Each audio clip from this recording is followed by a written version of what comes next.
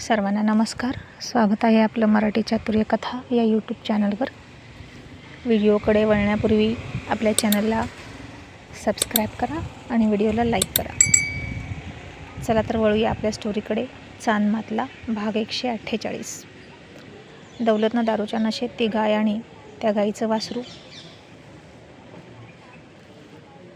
दोघांनाही कत्तल करून मारून टाकलं.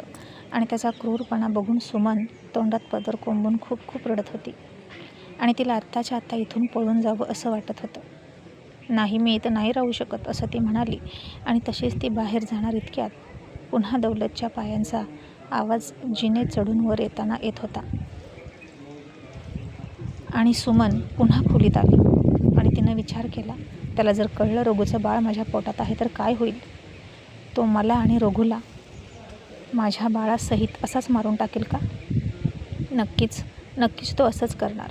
आता मी काय करू, कुठे जाऊ, कोणाची मदत मागू असा ती विचार करत होती. मी आईबाबाकडे पण जाऊ शकत नाही, कारण ते लाचार आहेत, दुबळे आहेत, सरपंच आणि दौलत समोर. आणि मी कुठेही गेले तरी तो मला शोधणार म्हणजे शोधणार. देवा, मी काय करू? ही गोष्ट फार काळ लपून राहणार नाही. आज ना उद्या पोट दिसेल. मरगळ आली आहे चेहऱ्यावर. माझ्या उलट्या होतात आणि हे मी किती दिवस लपवू सासूपासून? काय करू, कसं करू अशा विवंचनेत सुमन सापडली होती. आणि आता इकडे खूप गप्पा मारल्यानंतर मालन म्हणाली, चंद्रा, तुम्ही दोघं झोपा, मी जाते हौसा अक्काकडे. आणि हे ऐकलं तसं चंद्रा आणि शशी एकमेकांकडे नुसते बघत होते आणि गालात हसत होते.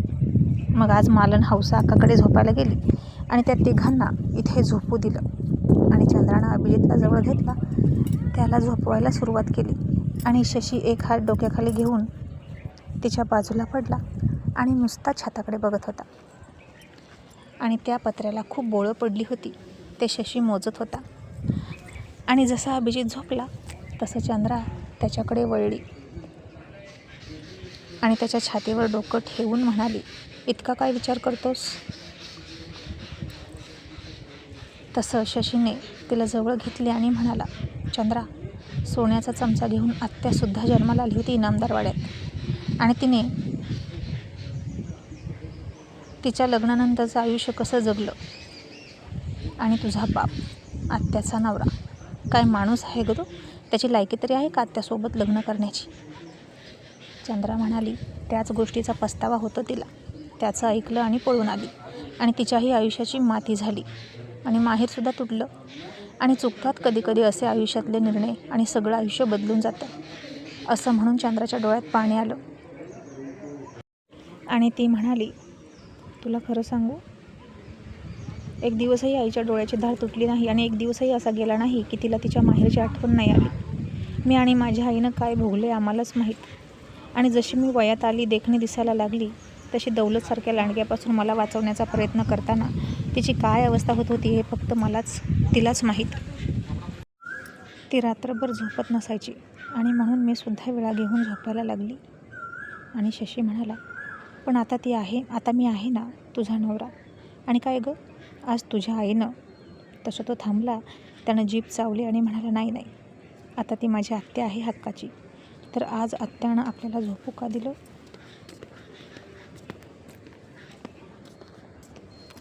असं तू म्हणालीस का तिला? आपल्याला एकांत हवा आहे? चंद्रा म्हणाली, नाही बाबा, आईबापासोबत असं कोण बोलतं का? लाज वाटत नाही का? ते मुंबईचे मा आणि बाबा शिकलेले आहेत म्हणून त्यांनी आपल्याला टेरेसवर जाऊ दिलं पूजा घालण्यासाठी. पण इकडे गावात असलं चालत नाही. आणि आणखीन सांगू का, इकडे 2 दिवसांनी घट बसणार आणि घट बसल्यावर इथं असलं काही चालत नाहीत. अख्ख्या गावाला बंदी असते. आणि हे ऐकलं आणि शशी चकित झाला आणि म्हणाला, काय, अख्ख्या गावाला? अगं पण वरवर बंदी करून काय उपयोग? आत बेडरूममध्ये दोघं काय करतात हे कुणाला माहीत आहे. पण जर अख्ख्या गावातले पुरुष एका बाजूला आणि सगळ्या बायका एका बाजूला करून झोपवल्या तर काहीतरी होऊ शकतं. आणि चंद्रा हसून म्हणाली, हट, असं कुठं असतं का? तू तरी येडाच आहे. आणि जरी कोणी चोरून केलं ना त्यांच्या खोलीत, तर देव बघतो सगळं आणि मग पाप लागतं.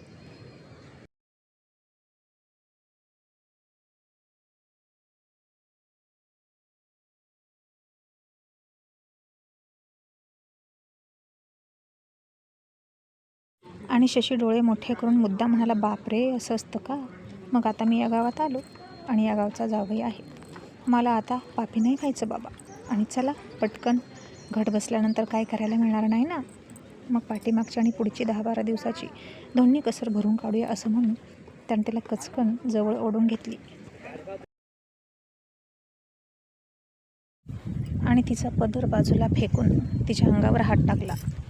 तशी चंद्राच्या पूर्ण छाती उचंबळून आली त्याच्या गरम श्वासांच्या स्पर्शानं आणि तीही त्याच्या छातीसोबत तिची छाती घट्ट चिटकवून त्याच्या तोंडामध्ये तोंड घालून चुंबन करायला लागली.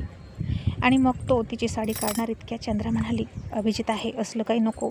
आणि मग त्यानं आता तसंच साडीवरच तिच्यासोबत प्रणय क्रीडा करायला सुरुवात केली.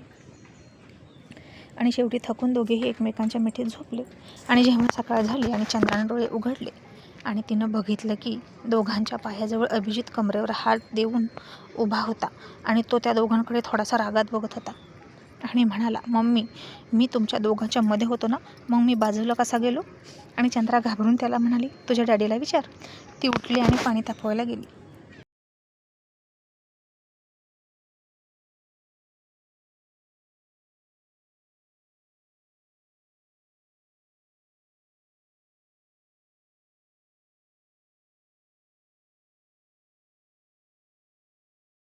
आणि अभिजित तसाच थोडासा चिडून शशीला हलवत म्हणाला, डॅडी उठा, डॅडी उठा, मी तुमच्या आणि मम्मीच्या मध्ये होतो ना, मग मी बाजूला कसं गेलो? शशीनं आता त्या गोऱ्या गोमट्या राजभेंड्या अभिजितला जवळ घेतला आणि मिठीत पकडून त्याचा गाल तोंडात घेऊन चावला आणि गुदगुल्या करत म्हणाला, असा असा तू बाजूला गेला. आणि अभिजित आता खुळखुळू असा खुळखुळा वाजल्यासारखा गोड हसत होता आणि शशीच्या सुद्धा हसण्याचा प्रौढ आणि तितकाच सुंदर आवाज येत होता. आणि बाहेर चंद्रासुद्धा रक्तानं एक नाही पण मनानं एकमेकांच्या जवळ आलेल्या त्या बापलेकाचं हसणं बघून हसत होती. आणि सकाळी सकाळी चंद्राच्या कानावरती वाईट बातमी आली की दौलतनं त्याची गाय आणि ते वासरू मारून टाकलं. आणि चंद्रा घाबरली, तिच्या डोळ्यात पाणीच आलं. तिने ही गोष्ट शशीला सांगितली आणि म्हणाली, बघ, तू त्या खोंडाला हात लावला म्हणून त्यानं त्याला मारूनच टाकलं. आणि आता याचं नक्की पाप कोणाला लागेल तूच सांग. आणि हा दौलत अजून किती पापं करणार आहे कुणास ठाऊक. आणि याच्या पापाचा घडा भरून याचा अंत कधी होणार?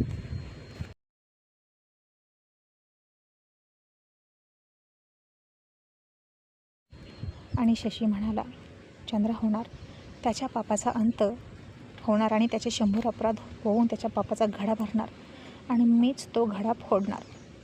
आज त्यानं गाय वासराची हत्या करून तो किती क्रूर आहे हे दाखवून दिलं आणि नक्कीच आता त्याला माफी नाही. मग आज शशी सगळ्या गावकऱ्यांना म्हणाला, घट बसणार आहेत, तुम्हाला कपडे धुवायचे आहेत ना, मग चला सगळेजण आणि कोण काय करतंय ते बघू. आणि एकजण म्हणाला, पण दौलतचं काय? त्यानं सगळं धुणं धुतल्याशिवाय आपल्याला तिथं जाता येत नाही. आणि शशी म्हणाला, आता मी आहे ना, घाबरायची गरज नाही. आणि तो जर आडवा आलाच तर गोधडीच्या जागी त्यालाच आपटून आपटून धुतो, असं शशी म्हणाला.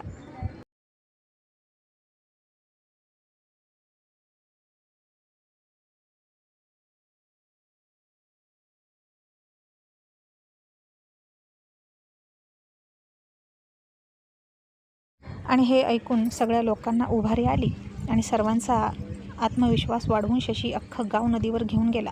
आणि तिथं सकाळपासूनच सरपंचाची माणसं रस्ता अडवायला उभीच होती. त्यांनी सगळ्या गावकऱ्यांना अडवलं आणि म्हणाले, तुम्ही गावाच्या मालकांचा रिवाज मोडायला निघालात का?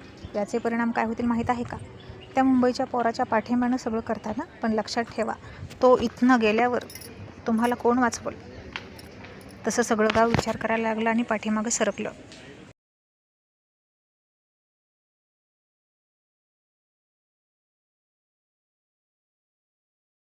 आणि पाठीमागून आवाज आला, मीच वाचवणार सगळ्यांना तुझ्या भेकड मालकाच्या तावडीतून. आणि बघूच त्याच्याकडे अशी कोणती शक्ती आहे जी अख्ख्या गावाच्या पुढे पुरून उरते. अरे तो इतका भेकड आहे की मला अजून एकदाही भेटला नाही. फेरानं त्याची ती भाडुत्री कुत्री पाठवतो. तुम्ही म्हणजे त्याची भाडुत्री कुत्री, त्याची ताकद म्हणजे तुम्ही माणसं. आणि ते जर संपले किंवा त्यांनी त्याचा पाठिंबा काढून घेतला तर तो शून्य आहे. आणि ते गुंड म्हणाले, ते काहीही असू दे, पण तू या गावातला नाही. आमचं गाव आम्ही बघू. तू इथून जिवंत जायचं असेल तर आत्ता चालता हो. आणि शशी घाबरला नाहीच. तो पुन्हा पुढे आला आणि म्हणाला, मी इथून जाणार नाही आणि तोपर्यंत जाणार नाही जोपर्यंत तुझ्या छोट्या आणि मोठ्या धान्याला वारणेचं पाणी पाजत नाही.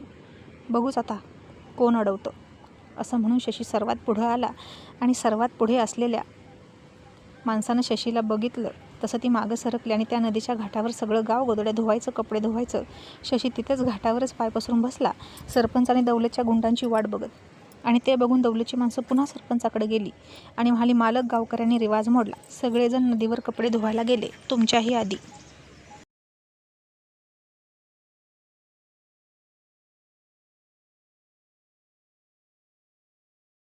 आणि हे ऐकून दौलत चिडला आणि त्यानं त्याची बंदूक घेतली आणि नदीकडे निघाला. आणि सरपंचाने त्याला अडवला आणि शांत करून म्हणाले,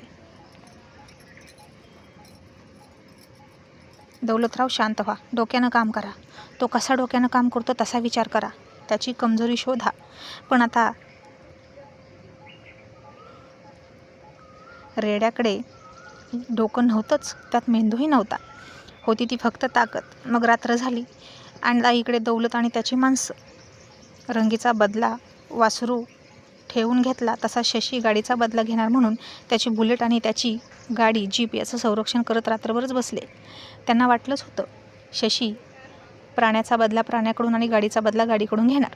ते झोपत नव्हते आणि दौलत म्हणाला, झोपू नका नाहीतर बघाच. चंद्रा झोपली आणि शशी पुन्हा उठला, हळूच कुठेतरी गेला आणि काही वेळानंही येऊन पुन्हा तिच्याजवळ झोपला. आणि सकाळ झाली. रात्रभर जागून थकलेले आणि पहाटे पहाटे डोळा लागलेले आणि गाडीच्या डाव्या बाजूला झोपलेले त्याचे गडी गाडीकडे बघून खुश झाले आणि म्हणाले, धाकलं धनी, आज पण तो आला नाही. बहुतेक तुम्हाला घाबरला. आणि दौलतसुद्धा मिशीवर ताव देऊन हसला. नंतर थोड्या वेळानं दौलत गाडीत बसायला गेला. त्यानं पाहिलं तर उजव्या बाजूची गाडीची दोन्ही चाकं गायब. त्याला प्रचंड धक्का बसला. आता हे सगळं कधी केलं, कसं केलं आणि कुणी केलं हे कुणालाच कळेना. दौलतनं पुन्हा त्याच्या गड्यांना हाक मारायला सुरुवात केली आणि बदड बदडलं. आणि इकडे डाव्या बाजूला झोपलात, उजव्या बाजूला कुणी लक्ष ठेवायचं. आता इकडे शशीनं ती दोन्ही चाकं काढली, त्यातली रिम काढून फेकली होती आणि दोऱ्यानं ती बांधली होती झाडाला. आणि त्यामध्ये एकात बसवलं होतं अभिजितला आणि दुसरीत बसवलं होतं चंद्राला, चंद्राच्या गंगीला, आणि देत होता झोका. आणि आता पुढच्या एपिसोडमध्ये गंमत येणार आहे, ती बघूया पुढच्या एपिसोडमध्ये. थँक्यू.